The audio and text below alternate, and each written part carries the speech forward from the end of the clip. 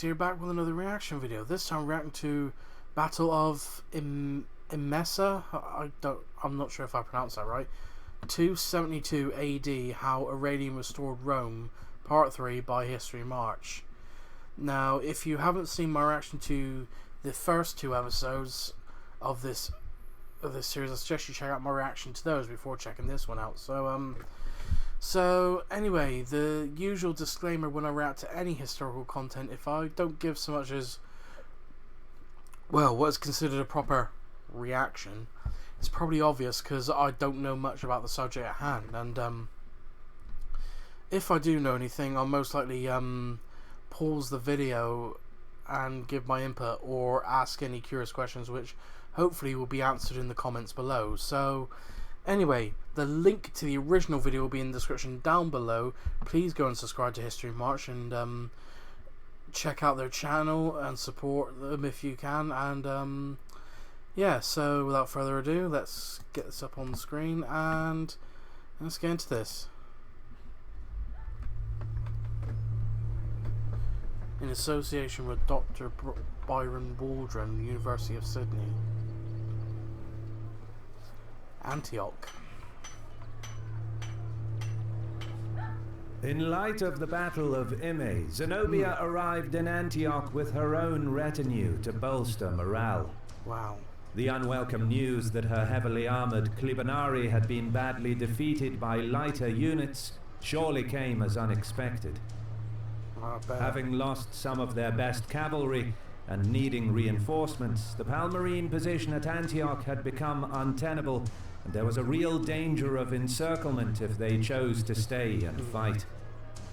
But a hasty retreat would have spread panic and could prompt the citizens to rise against the Palmyrenes in order to gain favor with the victor. Wow.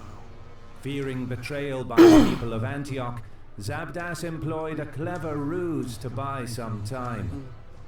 He fabricated a victory at Emesa.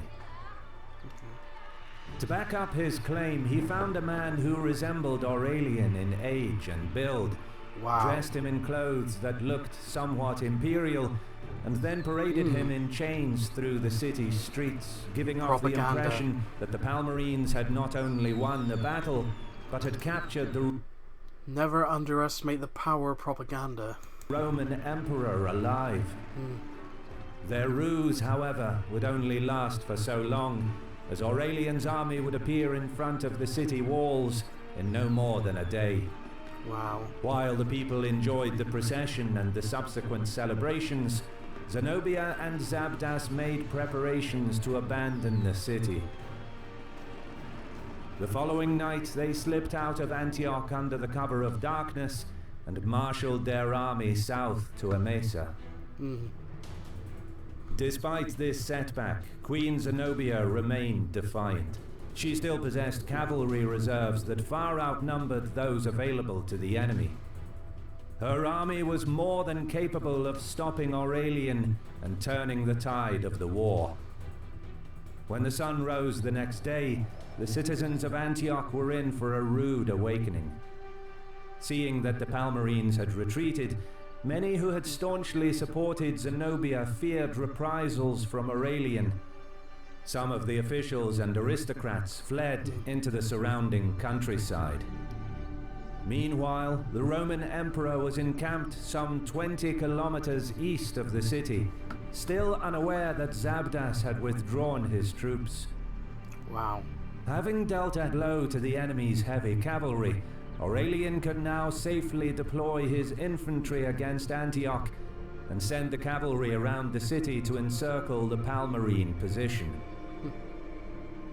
It was only sometime after daybreak that he learned of Zenobia's complete withdrawal, and he marched to the city at once. This video is brought to you by our friends over at CuriosityStream. As their long-time subscriber, I recommend their history documentaries, where you can find topics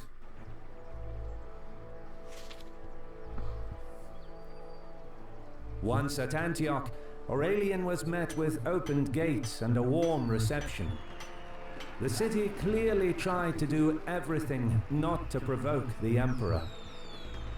For his part, Aurelian showed that he was not interested in retribution. Upon learning that some of the city's elites had fled in fear of reprisals, he issued a general pardon to all citizens of Antioch. But his political maneuvering didn't stop there. He published edicts far and wide, advertising to the people of Syria that he considered those who had collaborated with Zenobia to have done so under pressure rather than of their own free will, thus absolving them of any penalties. This calculated policy of clemency immediately had a desired effect. His troops were welcomed by the locals. Bartering for provisions brought business to local markets, craftsmen and shopkeepers. And, most importantly for the emperor's long-term planning, the wealthy elite that had fled Antioch returned to the city with gratitude. Moreover, a march further into Syria would likely be met with much less hostility, and, crucially, the large fortified cities were now less likely to offer resistance, which would otherwise force Aurelian into prolonged and costly sieges. By embracing the wealthy Syrian aristocracy that opposed him, the emperor not only freed up troops that he needed for the war against Zenobia, but also secured the local logistical support for his army in Syria. However, Aurelian was detained at Antioch for a time due to administrative and military considerations. Years of Palmyrene rule, increasingly at odds with the central imperial government, brought about changes to the administration that needed to be addressed. First, at the fore of these issues was the imperial mint, which Aurelian temporarily closed. Second, the emperor dealt with the growing problem of the Christian schism by deposing Paul of Samosata, the divisive bishop of Antioch, who had received patronage from Zenobia.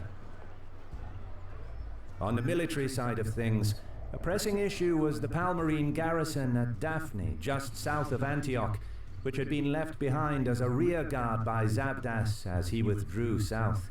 This contingent was unlikely to pose a threat, but its position above the strategic narrow gorges could hinder Aurelian's advance and inflict serious losses on his army. This made the Palmyrene contingent both impossible to ignore and difficult to dislodge. Aurelian opted for a full frontal assault with his infantry, who had yet to see action on the battlefield in the war against Palmyra. The legionaries formed the famed Testudo formation and attacked up the steep slopes, battling their way up the hill under a heavy rain of missiles. For those who don't know, and I know a little bit about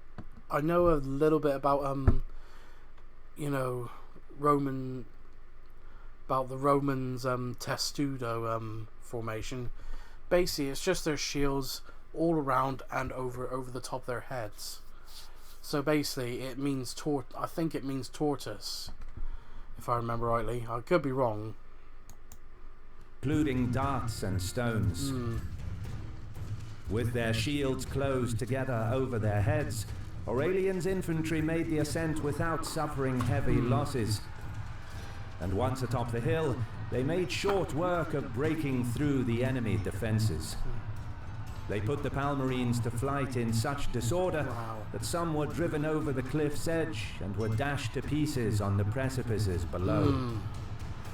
Such a direct assault would have otherwise been considered reckless, but in contrast with his public show of clemency, Aurelian made sure to demonstrate to everyone his capability to deal swiftly with any dissent. The secondary military reason that delayed the emperor was reinforcements. Aurelian welcomed contingents from the recently retaken Tyana, as well as the various other towns of Cappadocia, all on their way to join the emperor's army. He deliberately waited to provoke defections of other Roman units in the east who abandoned Zenobia's cause and joined Aurelian. To the south, Marcus Aurelius Probus was similarly delayed while he welcomed defections of various military units from Phoenicia and... I didn't know Marcus Aurelius was going to be involved in dealing with the Palmyrines. Huh. Palestine. At last ready to move south, Aurelian was received with open arms by the towns and villages along his itinerary, most notably the cities of Apamea, Larissa, and Arethusa. However, he soon came upon the army of Zenobia and Zabdas. Zabdas drew up the Palmyrene army on the plains north of Emesa, some 50,000 strong. His host was reinforced with large numbers of Clibanarii to replace those who had been lost in the previous encounter. And this time, the battlefield was of his own choosing, well suited for mailed heavy cavalry. Aurelian's ranks, meanwhile, had swelled as well. He had crossed into Asia with some 36,000 troops, but reinforcements from the newly conquered eastern provinces brought his army up to around 45,000. Both commanders stationed their cavalry on the flanks and infantry in the center. The Palmyrene cavalry arm was superior, not only because of their armor, but also their superior numbers. In addition to their Clibanarii, the Palmyrenes probably also employed elite Oshonian armored horse archers and Palmyra's local light cavalry and dromedary archer units.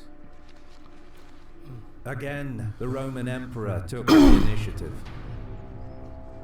His infantry, interspersed with veterans from the campaigns against the Iatungi, Vandals, and Goths, were tasked with breaking their counterparts. Meanwhile, he planned to keep the Palmyrene cavalry occupied. He feared that the superior numbers of the enemy cavalry would allow Zabdas to hit his infantry on the flanks. Marcellinus, one of his most trusted lieutenants, was to use his own cavalry to deter an envelopment through the use of non-committal tactics of harassment.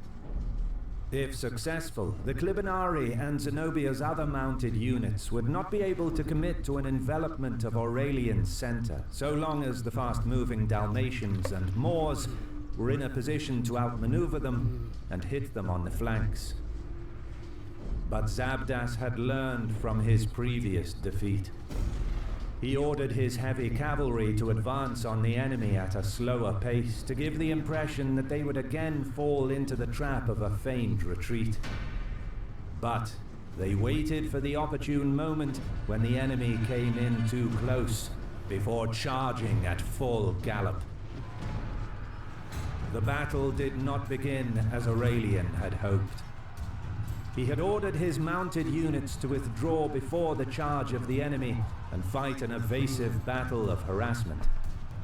But the Clibanarii pursued the Emperor's cavalry with such ferocity that they were unable to maintain their distance. Locked in close quarters fighting, and also facing ranged attacks from Zabdas's horse archers and dromedary archers, the Dalmatians and Moors were hard pressed, and many fell. But despite their troubles, they kept their discipline and successfully occupied Zenobia's cavalry, buying time for the infantry in the center. After facing down a Palmyrene rain of arrow fire, Aurelian's infantry charged the enemy formation, their momentum driving back Zabdas's center. However, the situation for the Dalmatians and Moors on the flanks was critical. What was supposed to be an orderly tactical withdrawal was close to becoming a rout. If their lines faltered, the whole army would quickly become surrounded. Aurelian decided to gamble. Seeing the trouble his cavalry were in, he detached infantry from the main line to wheel about and aid the embattled flanks. This action sapped the forward push of his units in the center, and Zabdas was immediately able to counter. Aurelian's veterans held firm, but the less experienced troops fared badly, their lines faltering against superior numbers of the Palmyrene infantry. But just as the battle seemed lost, Aurelian's gamble proved decisive. Zabdas's Clibanarii brought the full force of their charge upon Aurelian's cavalry. But in doing so, their own formation had fragmented into smaller groups as they made every effort to chase down the nimble riders. Aurelian's infantry exploited the gaps where the club-armed Palestinians were especially effective in the tight spaces. Their blunt weapons proved devastating against the heavily armored Palmyrene cavalrymen. Marcellinus rallied the cavalry and the Clibanarii began taking many casualties. Their formations held fast and repelled repeated attacks. But, overwhelmed and attacked from two sides, their numbers dwindled and the survivors fled the field. By this time in the center, Aurelian's infantry formation had stabilized and was slowly chipping away at Zabdas's line. Seeing that the battle is lost, the remaining Palmyrene troops lost heart.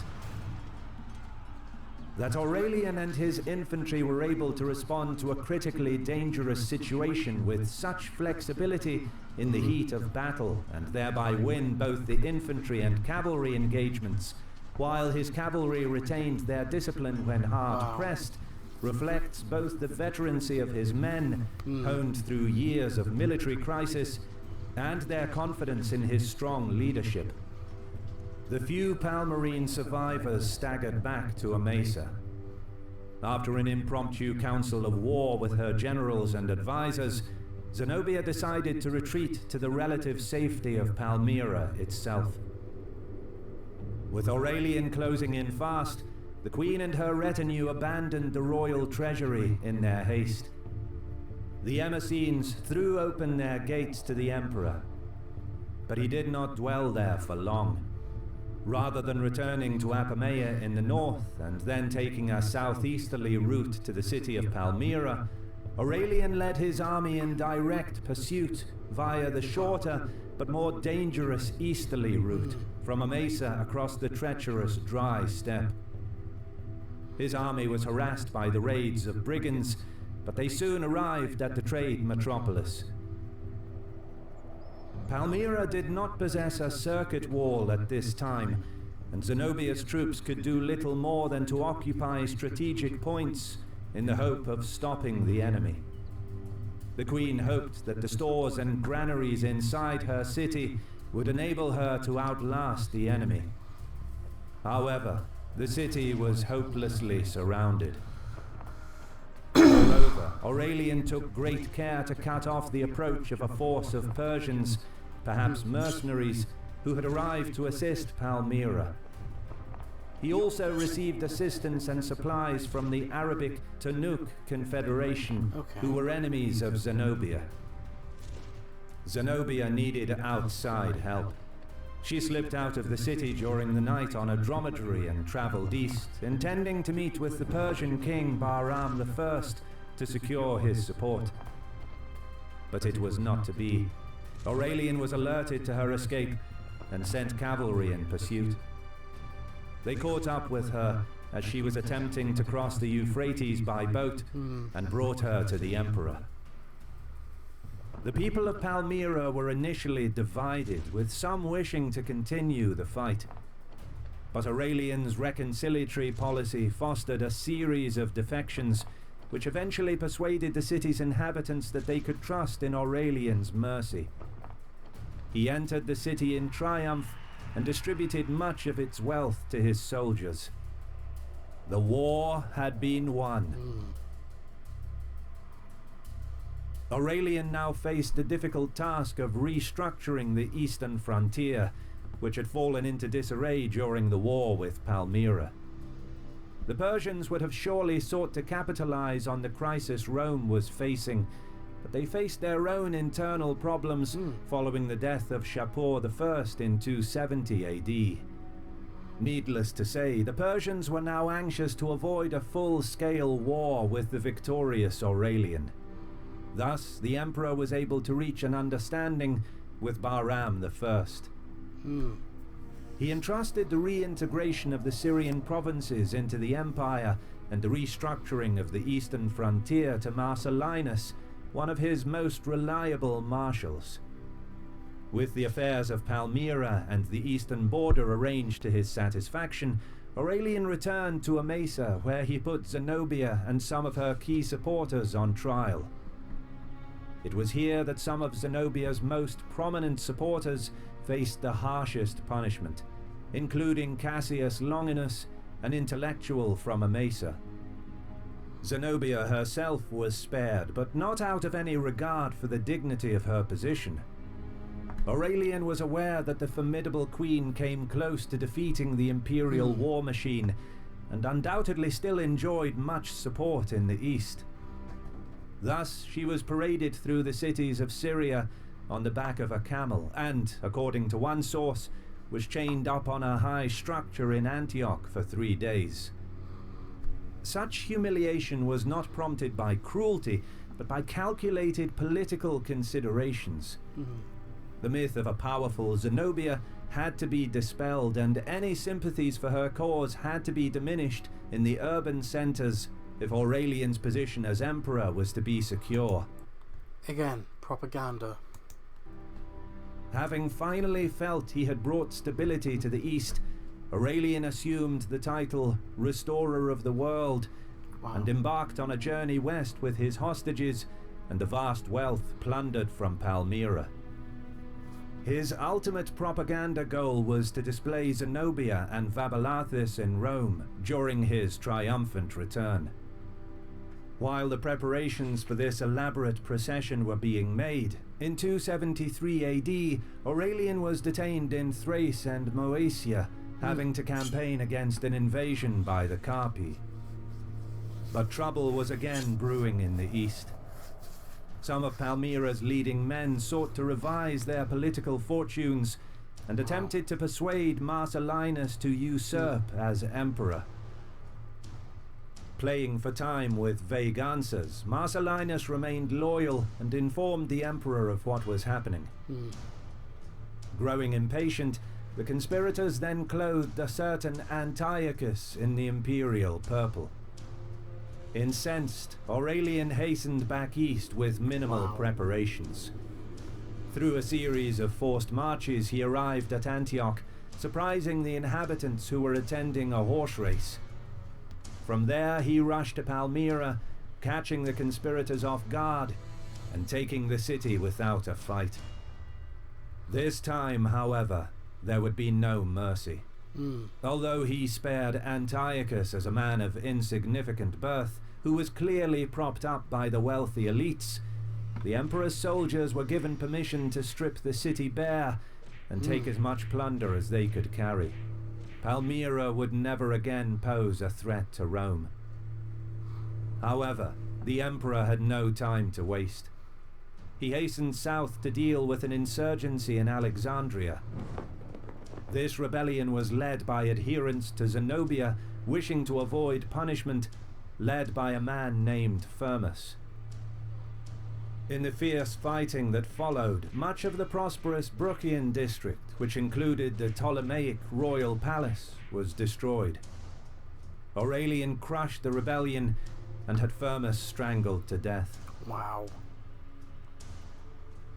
In 274, the victorious emperor turned his attention to the Gallic Empire.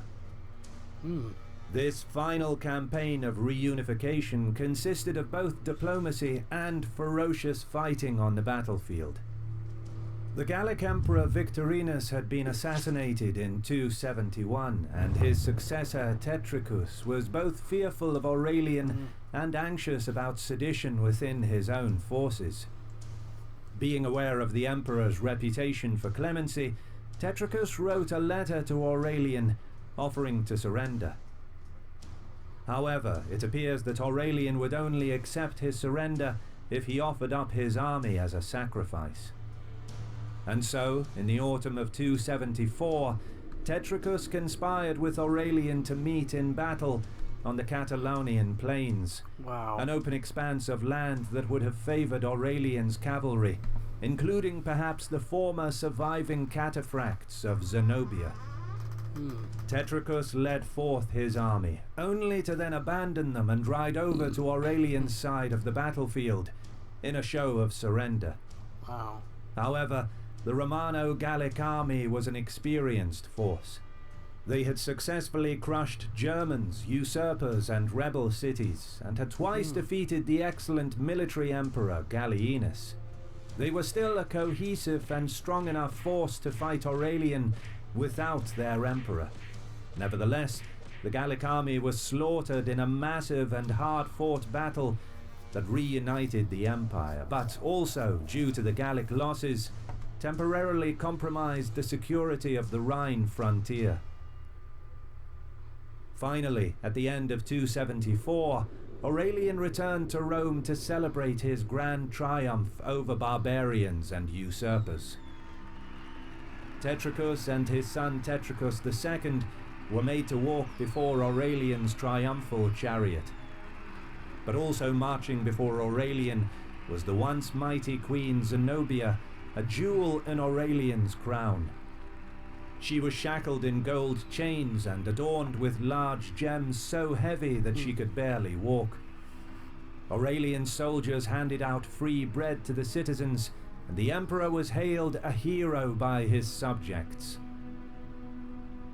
Aurelian pardoned Tetricus, rewarding him for turning over the Gallic Empire by making him the governor of Lucania in southern Italy.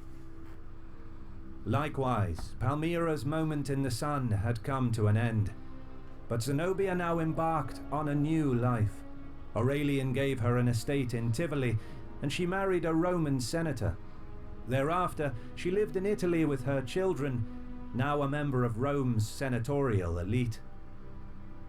The ever-busy Aurelian was still not yet able to rest. In 275, he returned to Gaul to restore the weakened Rhine frontier, putting down Gallic unrest and defeating Germanic incursions into both Gaul and Raetia.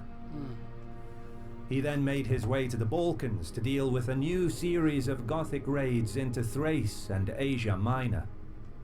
However, Aurelian never finished this campaign. As an administrator, he was known to be strict, handing out severe punishments to corrupt officials and soldiers. His secretary Eros feared for his life on account of his own corruption. Wow. To save his own skin, he forged a document listing the names of men supposedly marked by Aurelian for execution. High-ranking officers of the army were on that list. Fearing punishment, they murdered Aurelian in September 275 in Thrace. Aurelian's death prevented a full restoration of political stability that could have ended the cycle of assassinations and civil wars. His short reign had reunified a disintegrating empire and secured its frontiers, effectively giving Rome a new lease of life that lasted another 200 years. Credit goes to our awesome patrons who make videos like this one possible. Consider joining them to support our work. And that'll do it. This has been another interesting video by History March, and so yeah, if you like this reaction, please like, comment, and subscribe, and I'll see you in the next.